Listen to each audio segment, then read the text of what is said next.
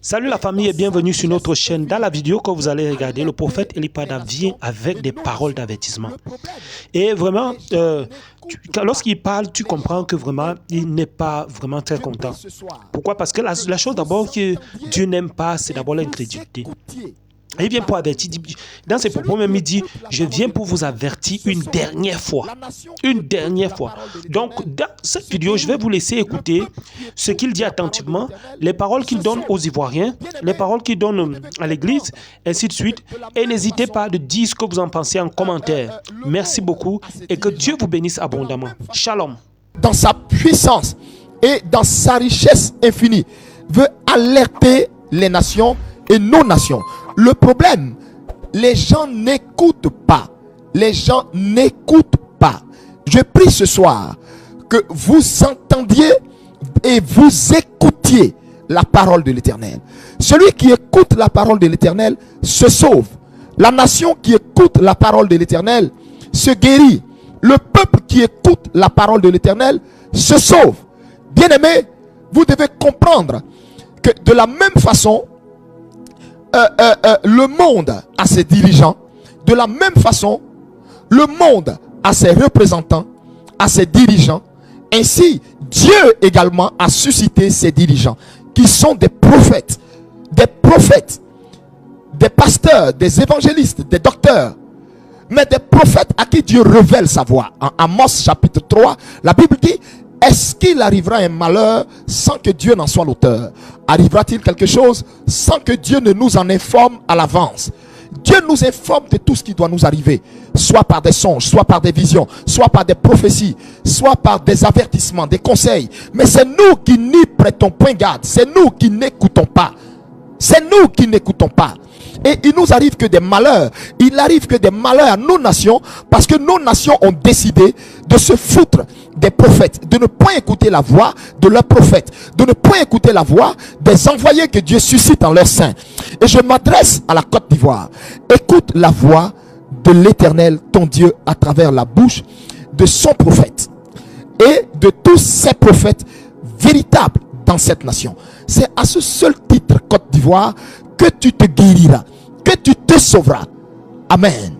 Que Dieu bénisse votre vie, Dieu bénisse les nations, Dieu bénisse les peuples. Retenez que je suis envoyé de la part du Seigneur pour vous avertir, pour vous parler, pour une dernière fois sonner la sonnette d'alarme. Parce que, frère, des événements bizarres sont à la porte de notre nation. Je parle de notre nation.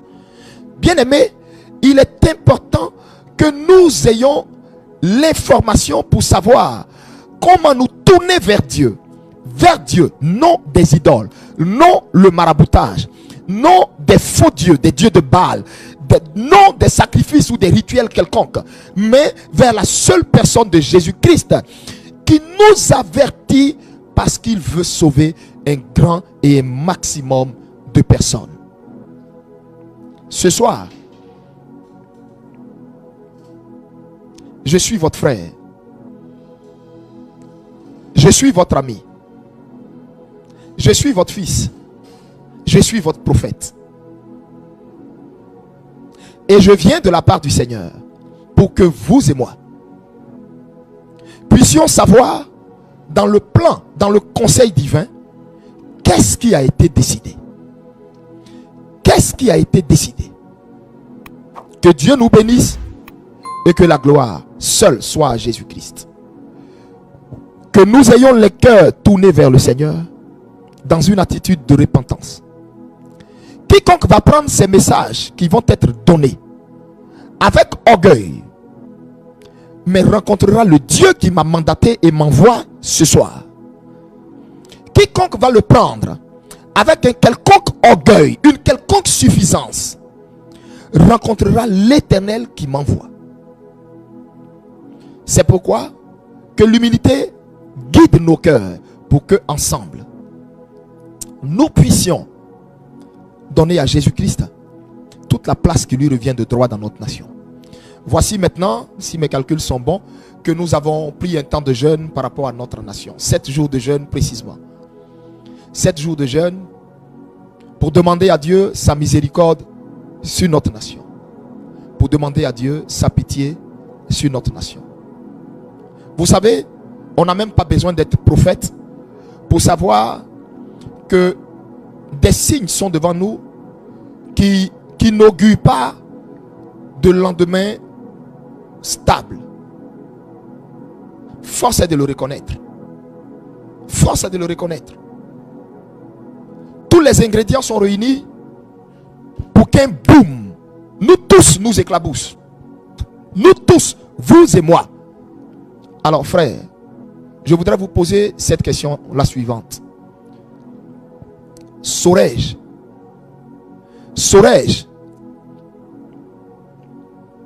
des choses qui doivent arriver et dois-je me taire sous prétexte que si tu parles, ceci va t'arriver, ceci va t'être fait?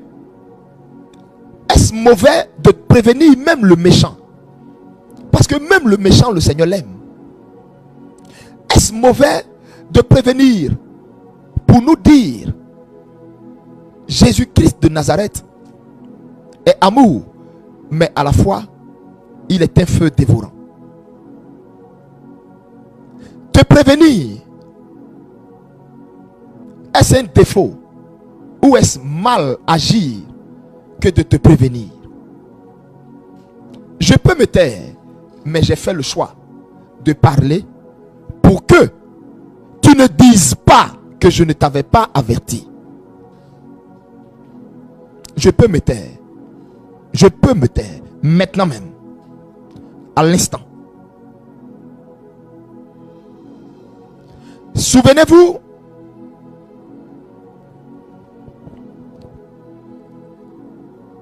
je vous avais dit des années en arrière, en 2020, quand l'Esprit de Dieu m'avait fait voir, à partir du 6e mois de l'année, la mort d'une autorité politique replacée dans le gouvernement ivoirien, et que ça allait être le dernier signe qui allait être déclencheur de violentes crises, de violents troubles en Côte d'Ivoire. Je vous avais averti comme premier signe, il y aurait le départ d'un homme de Dieu, un serviteur de Dieu bien connu. Après lui, il y aurait le départ, la mort brusque après la mort brusque de ce serviteur de Dieu, il y aurait également la mort de je veux dire le départ d'une autorité importante en Côte d'Ivoire. Ça s'est passé comme le Seigneur vous avait dit. Ça s'est passé comme le Seigneur vous avait annoncé. Mais je pense que c'est parce que vous avez eu l'information que cela même vous a peut-être aidé dans la gestion de cette crise. Ce soir, je voudrais que vous m'écoutiez attentivement. Il y a des choses que je ne dirai pas ce soir. Oui, il y a des choses que je ne dirai pas. Pour quelle raison? Je vais vous expliquer d'abord. La raison pour laquelle il y a des choses que je ne dirai pas. Oh là, loin de moi une quelconque idée de peur. Loin de là.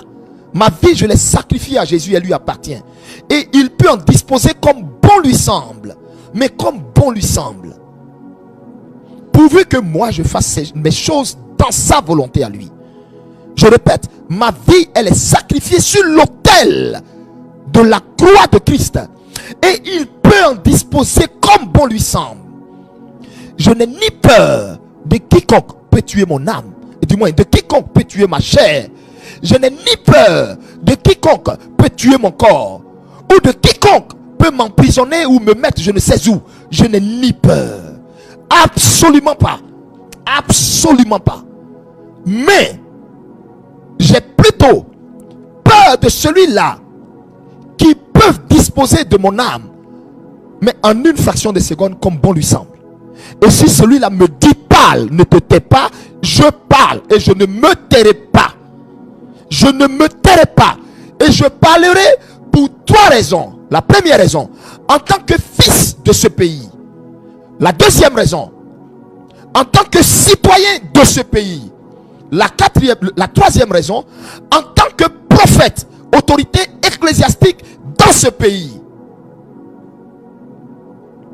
à ces trois titres, je dois dire ce que l'Esprit de Dieu me dit de dire. Pour vous sauver, vous-même qui vous croyez éternel, vous qui vous croyez éternel, pour vous sauver. C'est la raison pour laquelle, frère, écoute-moi, j'ai dit, je ne dirai pas certaines choses ici. Et pour quelle raison? Pourquoi? J'avais voulu tout dire, mais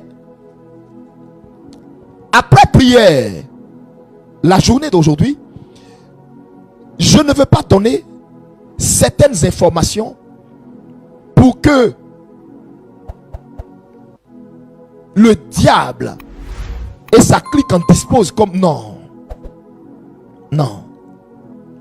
Je vais dire l'essentiel. Juste l'essentiel. Parce que nous sommes dans un temps où Dieu a fini d'avertir. Dieu n'a pas cessé d'avertir. Dieu a décidé de prononcer, de relâcher son jugement. Donc, je ne viendrai pas dire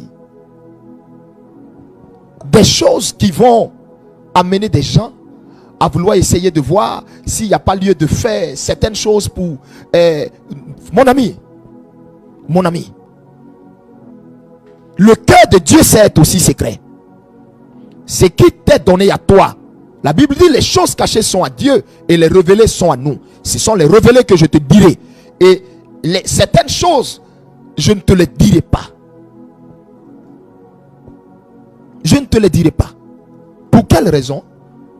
Pour que la main de Dieu fasse ce qu'elle a à faire.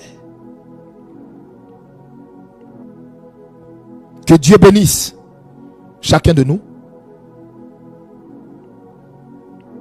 Tout ceci a pour but de nous amener vers Dieu. Je crois que si mon pays a un cœur repentant ce soir, je crois que l'Éternel nous pardonnera. L'Éternel sauvera mon pays de toute situation qui effraie les politiques. Même eux ne maîtrisent aucune situation. Même eux ne maîtrisent aucune situation. La Côte d'Ivoire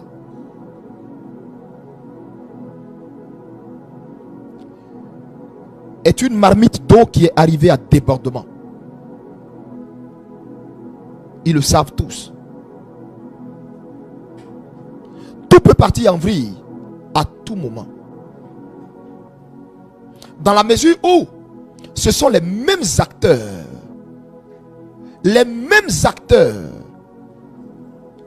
depuis la crise de 1999 qui sont toujours là. Les mêmes acteurs. Et si les mêmes acteurs se retrouvent tous sur le même sol, frère, qu'est-ce qui peut se passer? Qu'est-ce qui peut se passer? Que Dieu aide notre pays. Merci Seigneur. Kali lahadahi lau shadavir kurlin tadili yantakum.